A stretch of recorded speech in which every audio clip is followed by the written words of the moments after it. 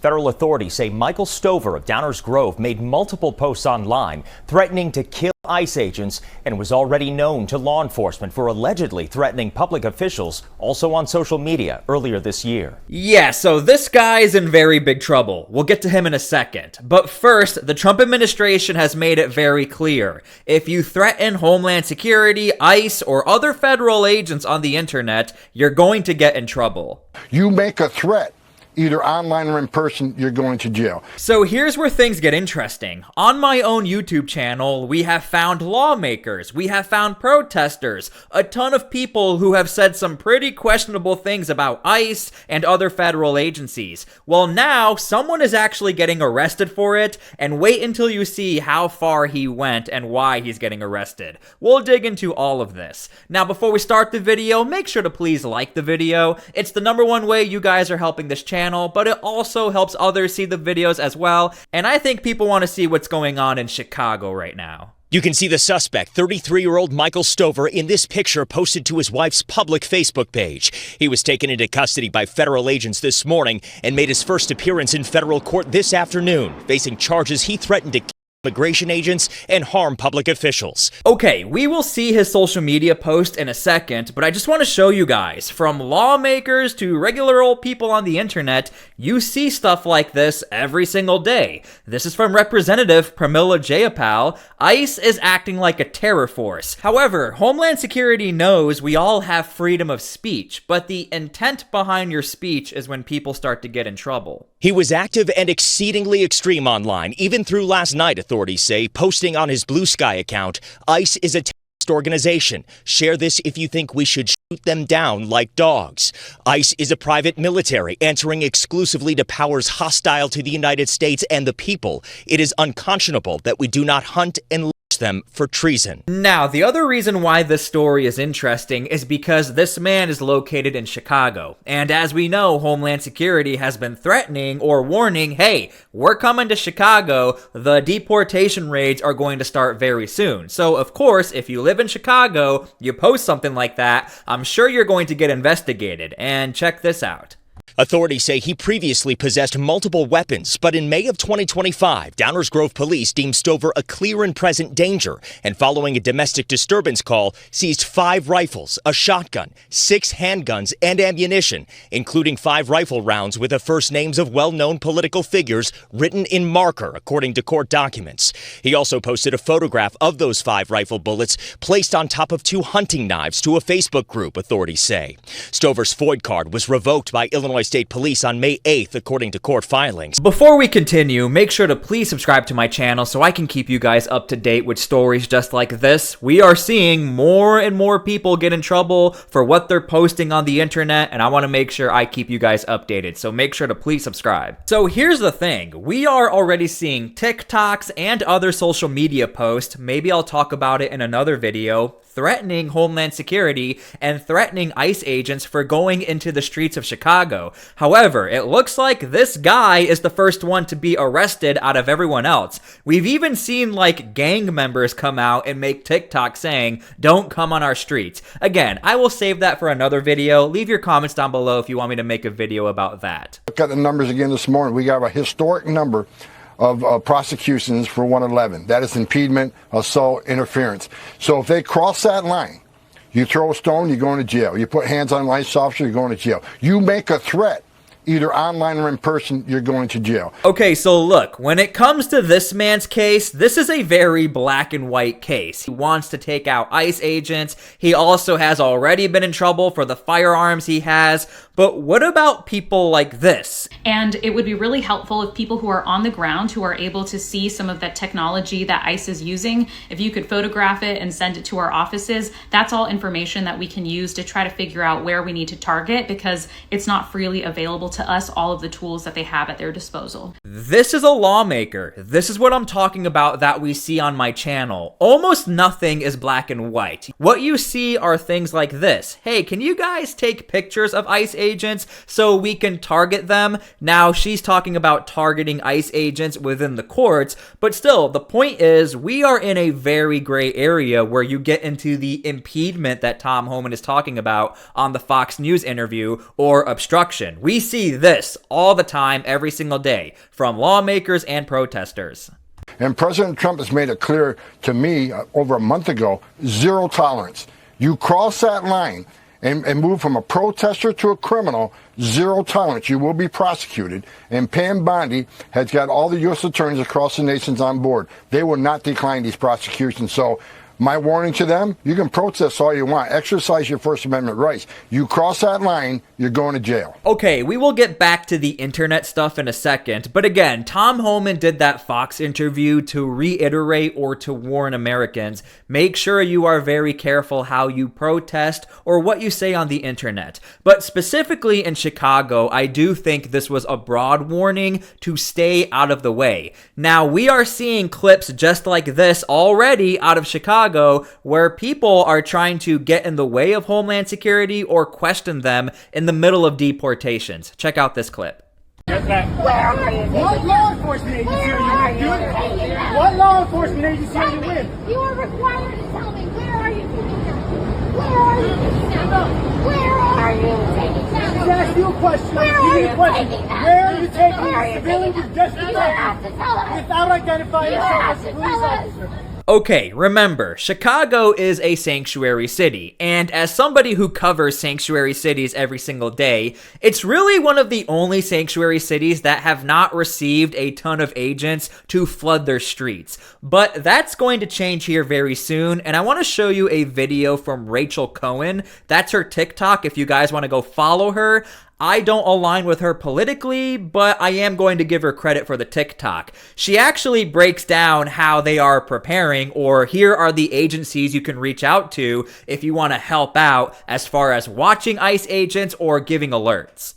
Donald Trump truly doesn't know what he's in for in the city of Chicago. And if you live in the city of Chicago, I know that you are fired up and ready to go to plug in, so let's talk about how to do that. The most important thing you can do right at the second on social media is follow Hands Off Chicago, _Chicago. We're a coalition of a number of different community organizations, including ICER, the Illinois Coalition for Immigrant and Refugee Rights, Indivisible Personal PAC, which is an access group, and labor groups will be housing and disseminating information. We have an incredible website up at handsoffchicago.com where you can do things like sign up for text alerts for when ICE is spotted in your neighborhood, sign up for Know Your Rights trainings, and directing.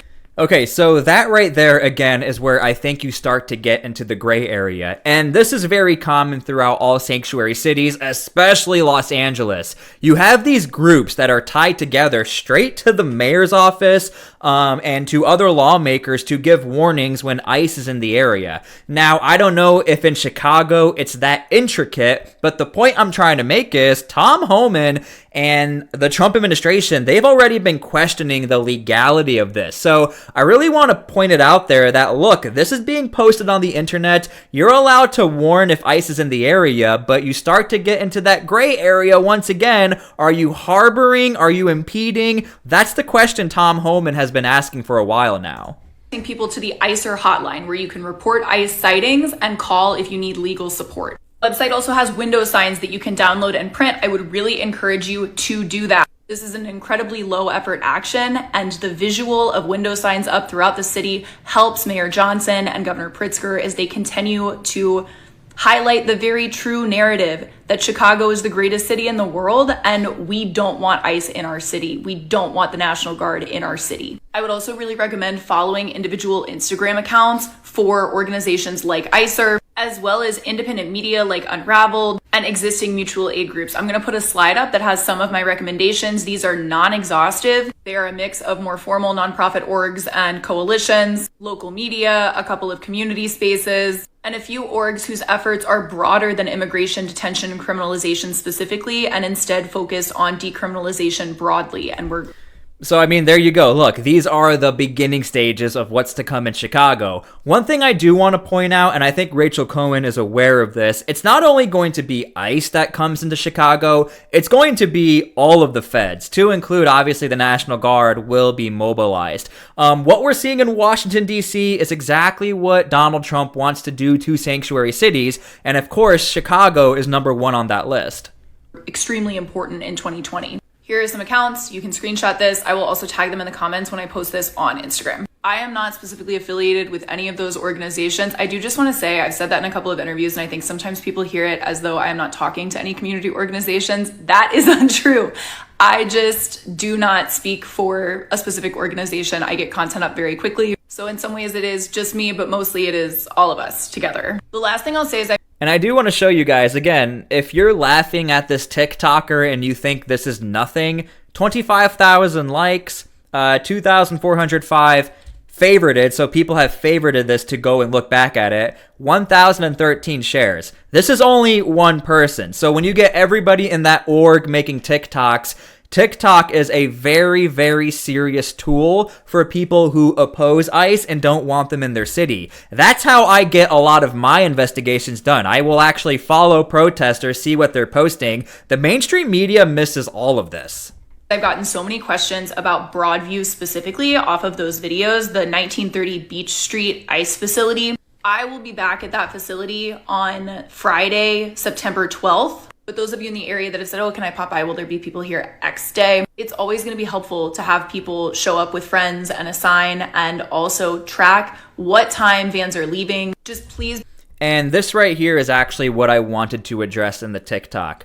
Tracking when vans are leaving, when are people coming in? Again, are we getting into that gray area of getting in trouble? Now, I do think Rachel Cohen is a lawyer, not technically. I do think she is a lawyer or studied in law, so I do think she is aware enough of what she can and can't do. But again, if you're standing in front of vans or you're tracking vans, this is what Tom Homan was talking about in that Fox interview, crossing that line. So this was posted on the internet. I'm not saying Rachel Cohen did anything wrong, but what I am saying is Homeland Security, they are watching clips like this. They are keeping notes. We actually see that down in Portland. So look, this could be seen as crossing the line. That's going to be up to the feds how they feel about it. And again, that is Rachel Cohen's TikTok. We don't align politically, I don't think, but that's her content. Just wanted to give her some credit since we are reacting to her video. Okay, so this next clip is from freedomnews.tv. If you want to go subscribe to them on YouTube or go follow their social medias, they actually captured a moment of the area where Rachel Cohen was talking about this detention facility. It's not really a protester against ICE, it's a protester against the protesters in support of ICE. Check this out. We almost never see anything like this. Thank you for your service.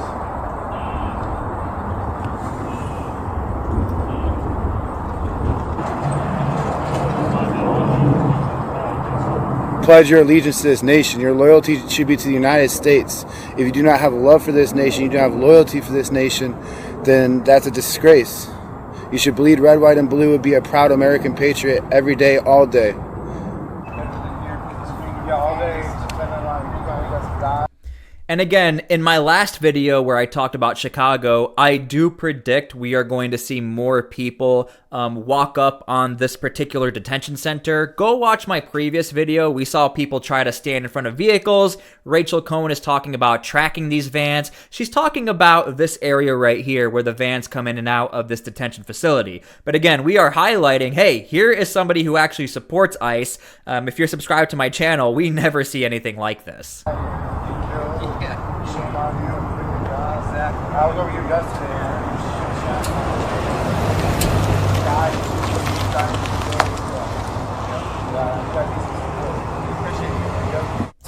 There's one of the vehicles, and I actually want to point this out.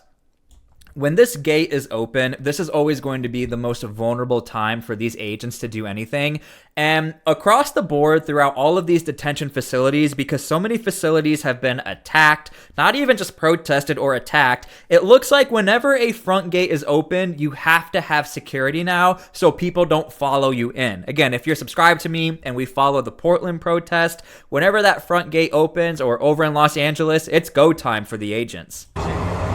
So I'm here to stand up for the American rights and the American values. We have agents that are being threatened with violence. They're being threatened to be killed, assaulted, and they're threatening to harm them. And I saw that yesterday, and I thought it was absolutely disgusting. I thought it was time for me to stand up and defend the agents who are protecting this nation from... One thing I do want to point out, I don't know if this is a new development, but all of these windows and doors are boarded up, which is probably not a good sign. Criminals who are bringing in drugs, and they're bringing gangs, they're bringing assaults and murders and rapes. If you're here illegally and you murder somebody, you rape somebody, assault somebody, bring in drugs, you should be deported immediately. You have no rights to this land. And if you're actively engaging in an invasion of this country, put this as notice. Your time is coming, and you will leave. Good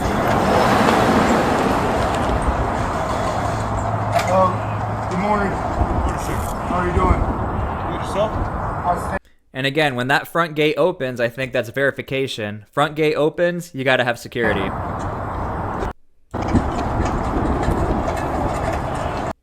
Okay, and that is from freedomnews.tv. Again, go follow them on YouTube or subscribe to them. They are a pretty good channel. They have like all type of raw clips like this. Some pretty good stuff over there.